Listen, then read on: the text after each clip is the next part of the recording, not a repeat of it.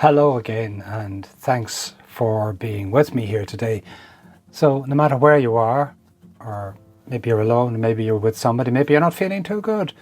So just bear with me and let's have a little chat.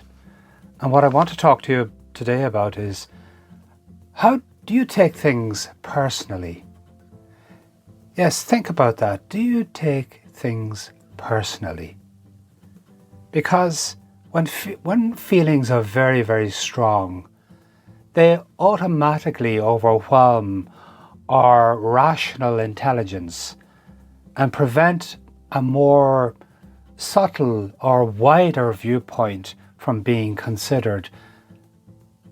In other words, that we're blocked off from resourcefulness or resources that exist in our conscious mind somewhere, and we're not able to access them. But do you take things personally? Because it matters how personally you take things, take events, and how pervasive and how permanent you think the effects will be. Consider this. If dinner didn't taste good and you were the cook, would you tend automatically to think that it was your fault? Would you fail to think about whether the meal stayed in the oven too long, or perhaps because people you were cooking for arrived late to eat it, or whether the recipe instructions were unclear? Perhaps you add a little too much salt. Would you worry about it for some time afterwards, berating yourself for spoiling the occasion, rather than just apologizing, shrugging it off and forgetting about it? Yes, how pervasive do you think events will be? In other words, pervasive being having a general, broad application in your everyday life, affecting you. So if you lost your job or failed to get offered a new one that you really wanted, would you tend to lose heart in everything? Might you see your whole life as a failure and respond negatively to suggestions from others that you should start looking in pastures new for a new job?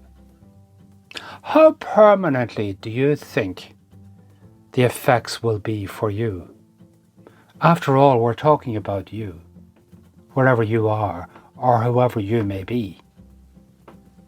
After losing a job or failing to get a new one, would you think, I'll never find that job, another job?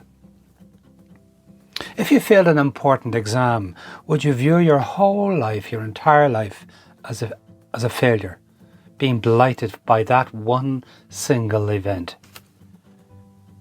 Think of some of the setbacks or sorrows that are making you miserable in your life now, and ask yourself the same sort of questions as to how you are responding to them, as opposed to reacting to them. Responding or reacting.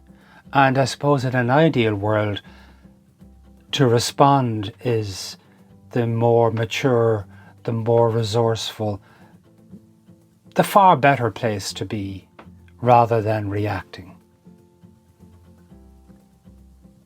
Because when people take things personally and interpret events as having a far bigger or longer lasting impact than is really the case, they are overemphasizing or exacerbating the black and white thinking style of the emotional brain by generating more and more emotion.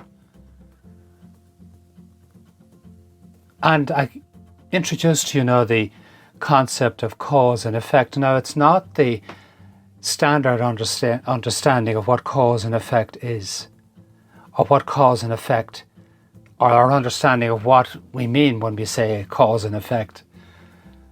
It's different, and I want you to consider this the difference of this, because when you are at cause, you are the author of what happens. You are the instigator of what happens.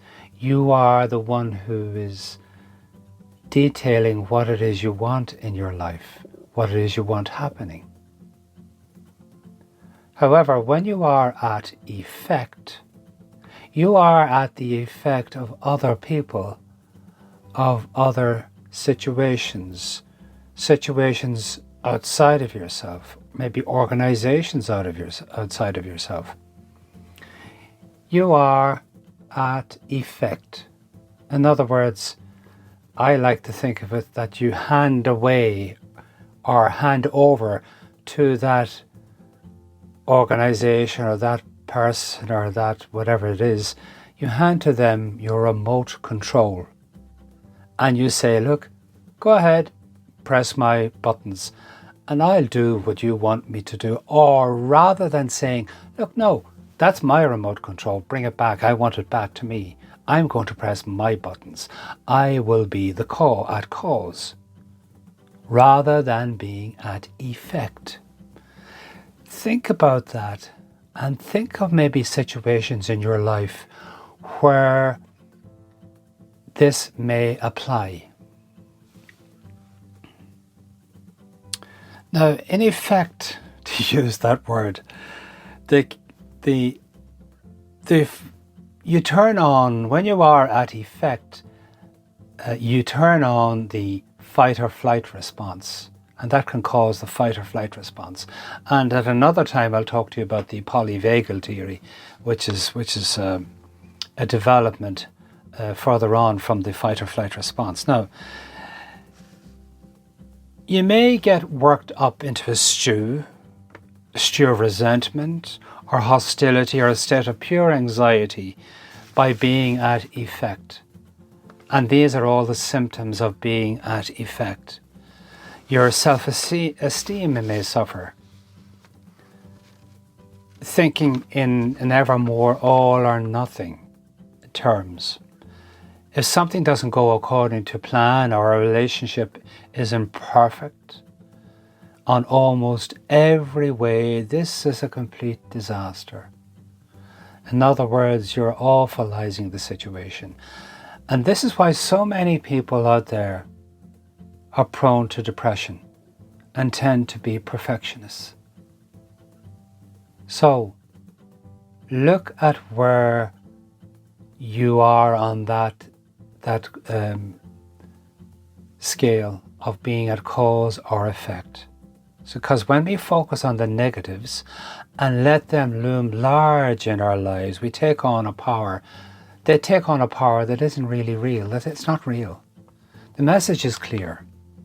It's not the circumstances that lead to depression, but how you, yes, you, how you respond to them that matters.